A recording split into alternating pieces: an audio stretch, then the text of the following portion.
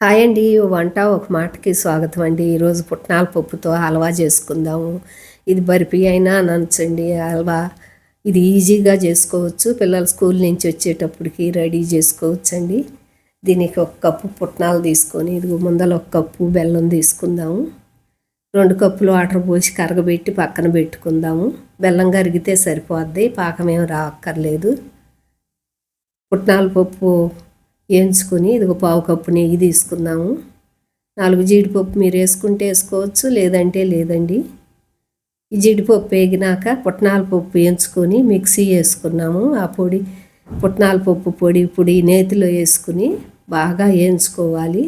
మంచి కలర్ వచ్చిందాక ఉండలంతా కూడా పొడి అయిందాక వేయించుకోవాలి.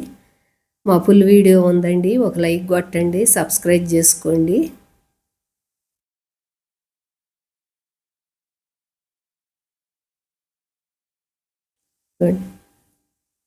ఆ పొడిలో మనం ఈ కరగబెట్టుకుని బెల్లం పాకం పోసుకుని ఉండలన్నీ చితపాలండి. మీరు ఉండలు చితకలేదు అనుకోండి, పప్పు గుత్తితో మెతుక్కోండి.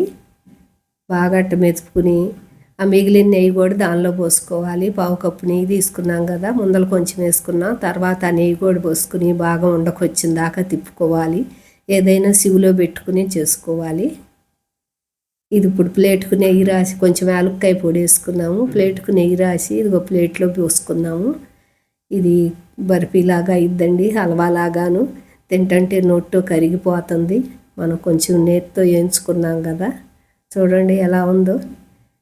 ఇది 5-6 రోజులు ఉంటుందండి. పిల్లలు ఈజీగా చేసుకోవచ్చు. పిల్లలు చాలా టేస్టీగా ఇష్టంగా తింటారు. బాయ్ అండి.